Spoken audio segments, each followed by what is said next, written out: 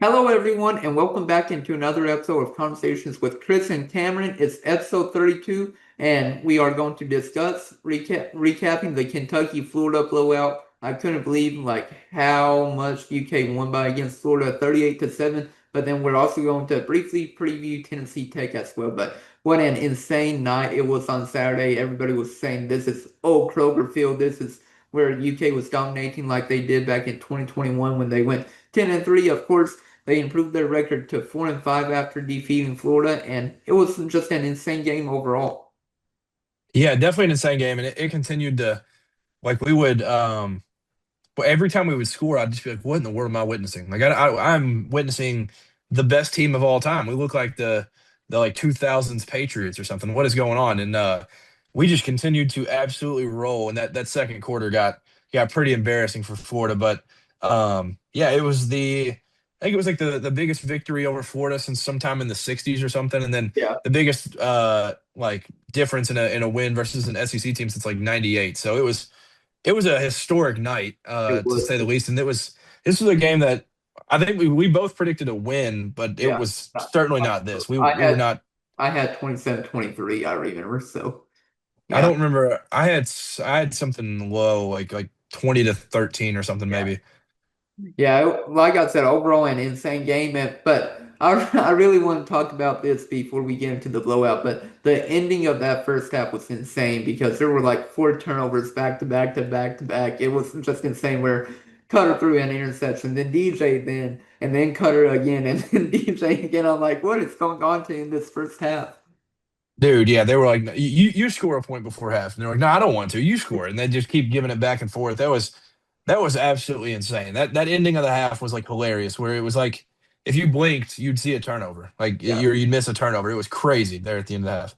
Yeah, it definitely was crazy, but I mean, UK, like they were up so big at halftime, they were up 24-7. I'm like, if UK somehow blows this game in the second half, like I would be highly surprised. Like I would be done watching UK football for the season until like they would fire Mark Stoops. I'm like, no more. But it was just insane. We'll talk a little bit about DJ Lagway and then we'll talk about Cutter Boley, how he did. But DJ Lagway, of course, he came into the year the starting quarterback for Florida under Billy Napier. Of course, Napier got fired. Then you bring in Billy Gonzalez as your interim head coach. But Lagway, he went 11 for 19, only had 83 passing yards, one touchdown, and three interceptions. And it's insane because everybody had high hopes for him, but he's been so injury prone that he hasn't been the best for Florida. And, like UK just was able to demolish them in Lexington.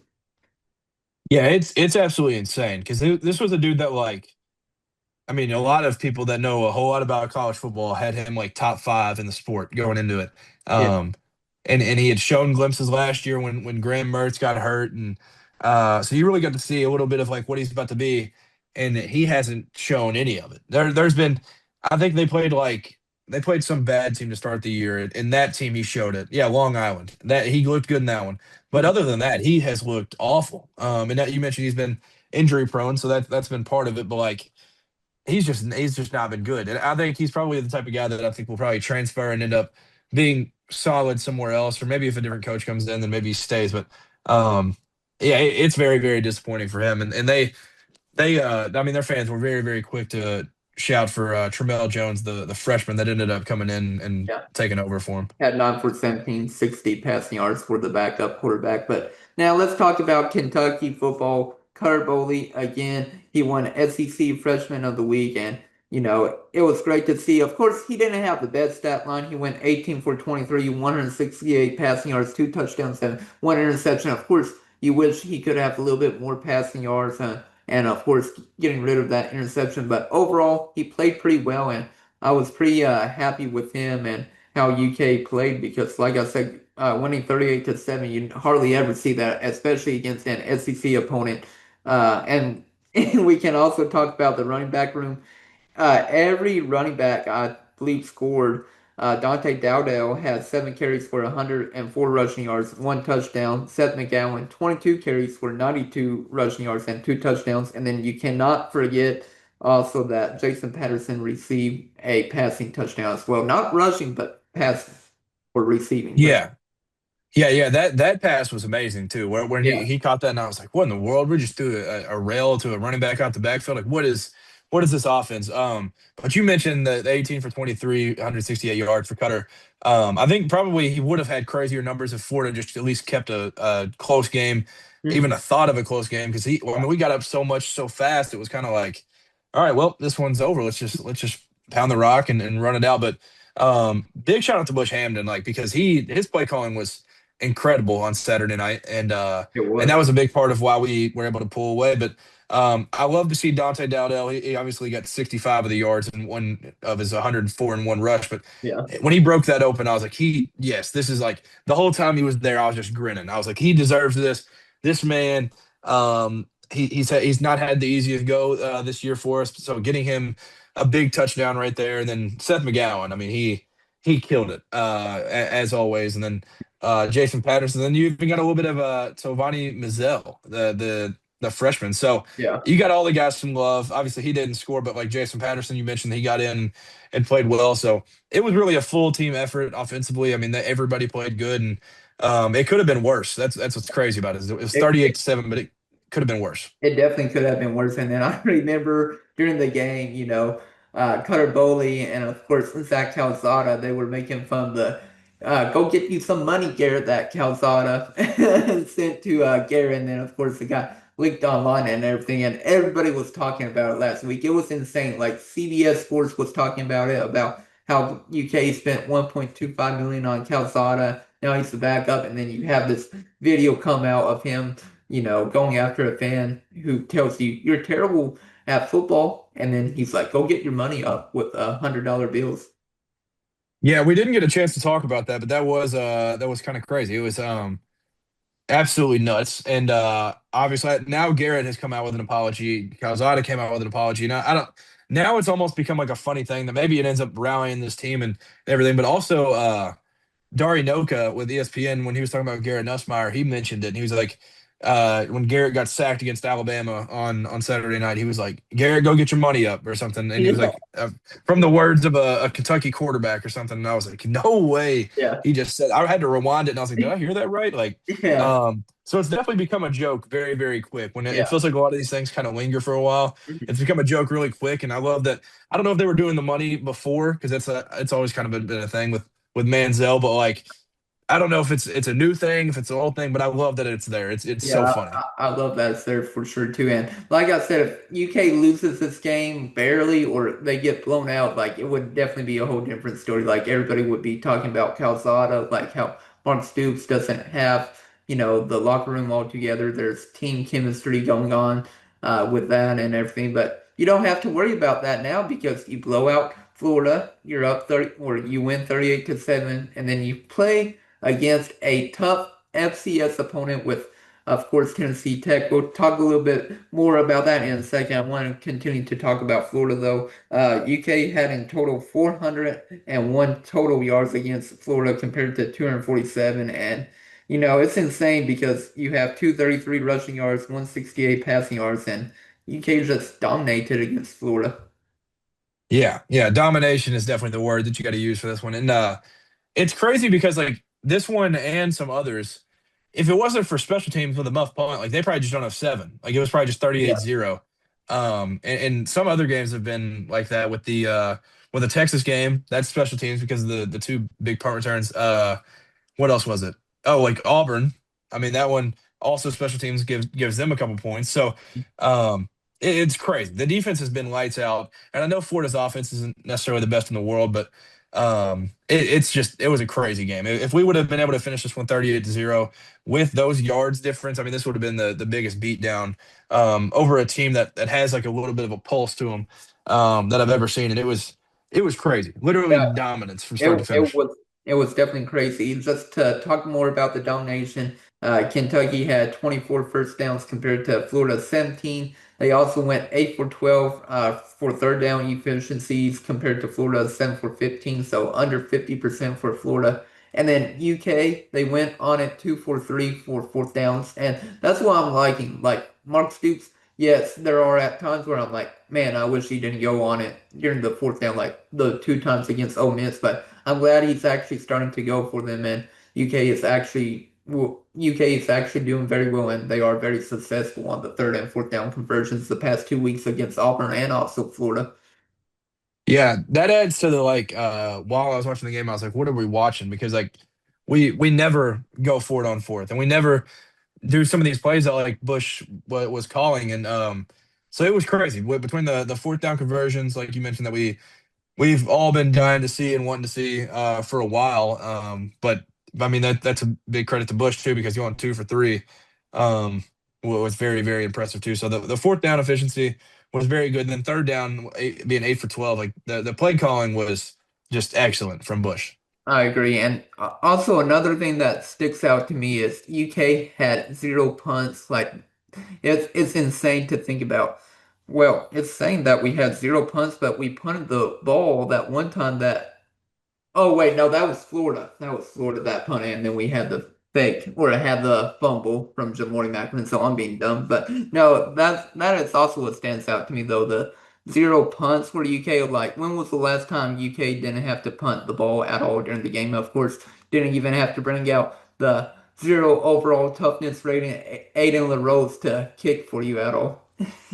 Yeah, I mean I don't know when the last time that happened was. Like it doesn't even I can't even like really remember a game where that would have happened. Like I know against some of these bad teams, we probably we put up great numbers and stuff. But like even in those, I feel like I remember us punting at least at some point. Um, it's crazy, and doing it against the SEC school and being Florida, like seeing those orange helmets with the Gators script on it, and not punting one time is unbelievable. Yeah, the last time I can probably remember it was probably against like Kentucky versus Louisville under Scott Satterfield whenever they were just so terrible, so bad under him.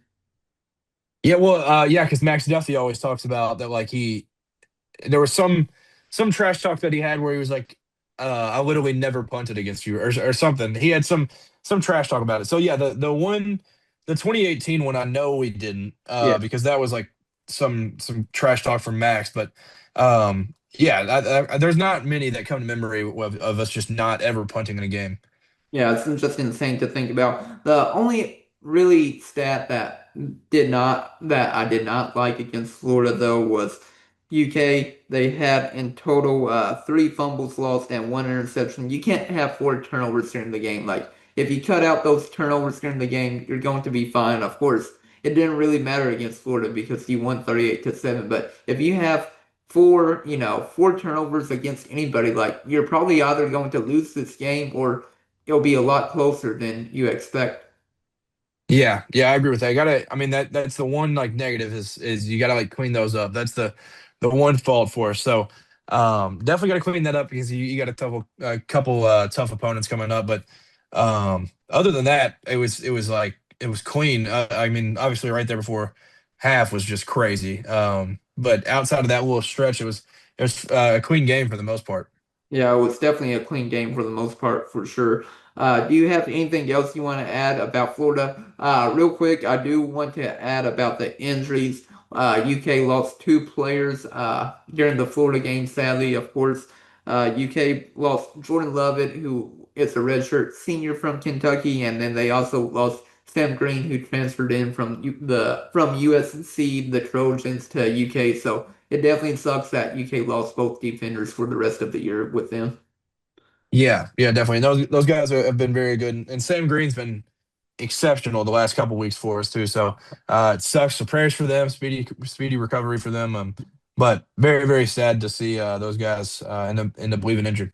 Yeah, for sure. And hopefully, they get back to being 100%. I don't think Jordan Lovett can return because I believe he's a redshirt senior. So this is his last year at UK. I could be completely wrong about that, and he could return next year, but very sad to see. And, like, Lovett's been one true player that has stayed with the program and, has been a starter alongside Ty Bryant, who's only a redshirt sophomore, redshirt junior this year. Like, you don't hear a lot of Kentucky boys, staying inside the state, playing at UK, and playing all 4 years. Yeah, yeah. I actually played against Jordan Lovett in high school when he You was at did? North. Yeah, when he was at North Hardin. Yep, I played against him. Oh, how was he like? I mean, well, his team was stacked. That was like one of the best teams that I ever played in my life, in any sport that I played. They had him, Octavius Oxendine, I remember. Lavelle Wright. Yeah. Uh, At yeah, OKU. yeah, Yeah. They had Lavelle Wright. They had a decent quarterback.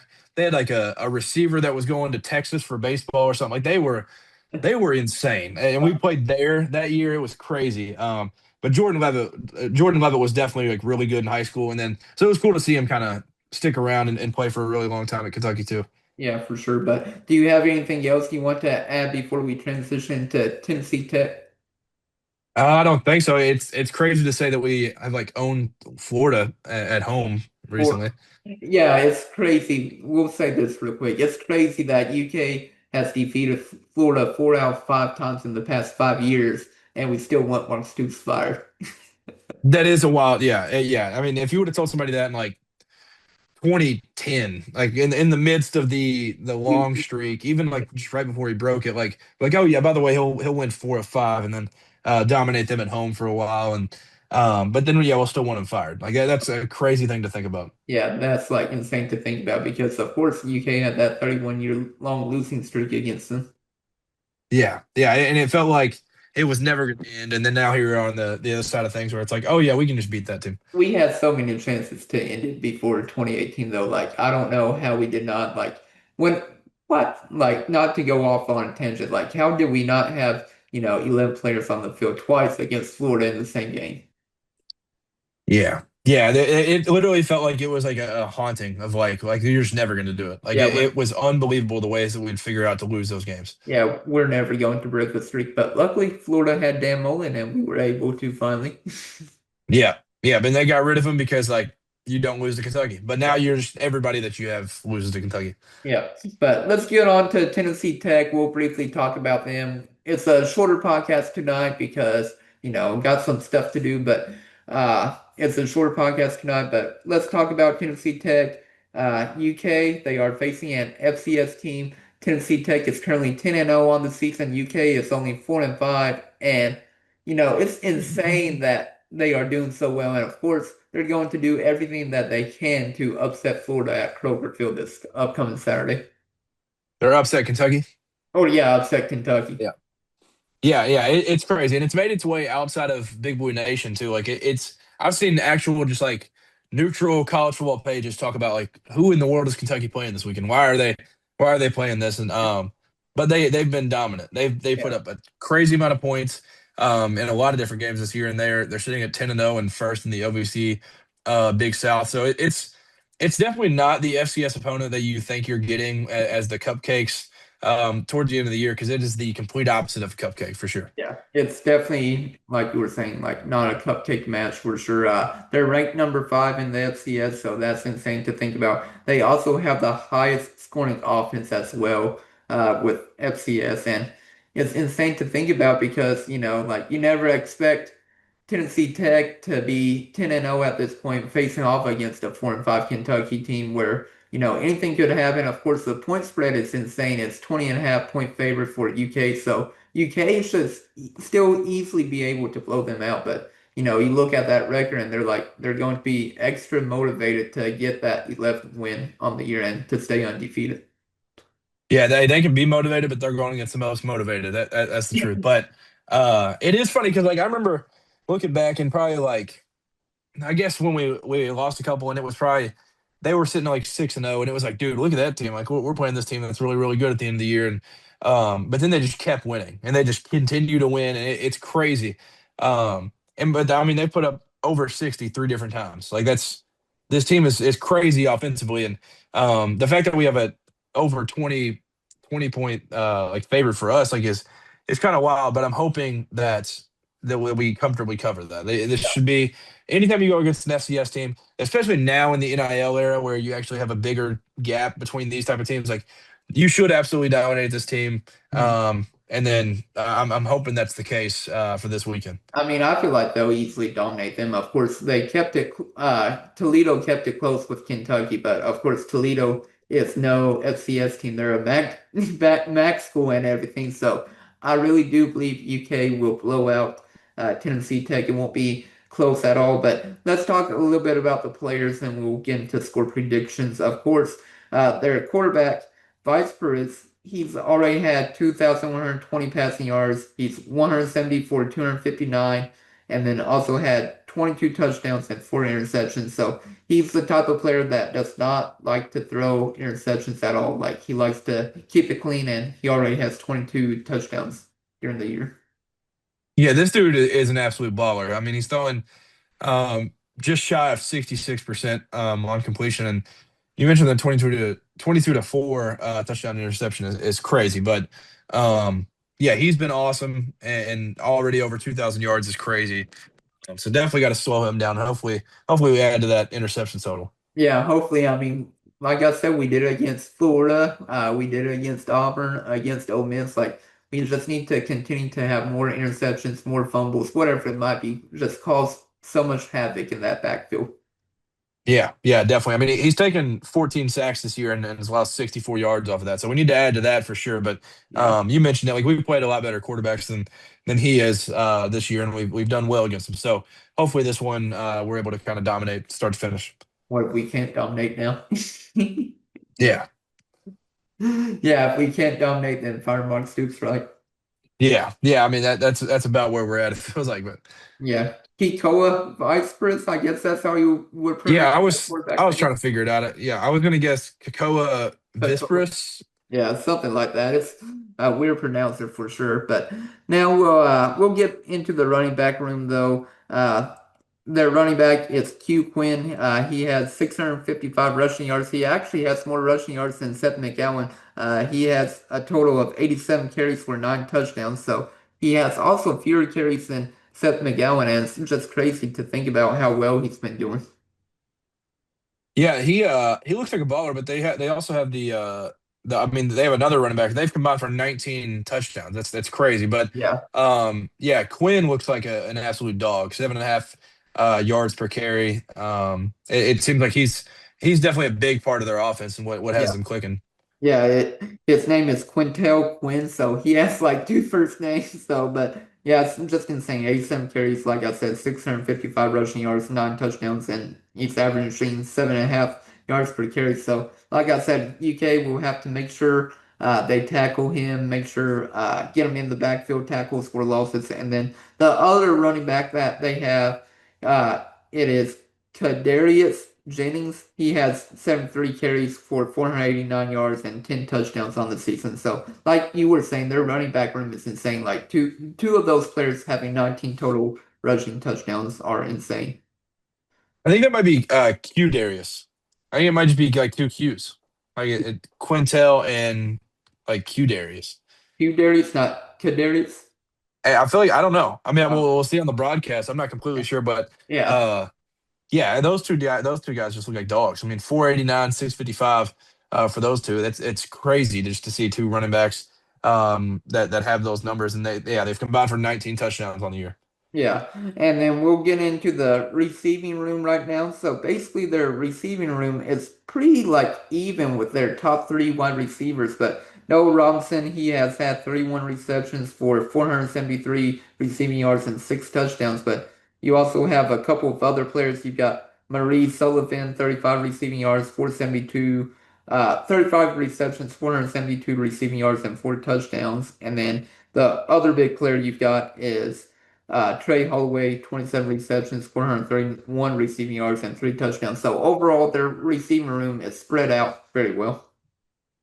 Yeah, they definitely have a stacked receiver room because you mentioned the touchdowns. They've had so many different dudes catch touchdowns this year too. They've had a couple backs get it too, but yeah, it seems like the receivers are pretty loaded. They've got those three that are all over 400, and then a couple guys with over 200, and then a guy with over 300. So Yeah, they're kind of very balanced. It looks like across the board with two backs and then three dogs at receiver. That yeah, I mean, there's four of them that have 27 plus receptions. It's crazy. yeah. So it's a pretty even wide receiver room. They do get a tight end involved a lot too. Also, they've got Brian Courtney. He's had 17 receptions this year for 206 receiving yards and 2 touchdowns. So they do use the tight end room a little bit, just like UK does as well.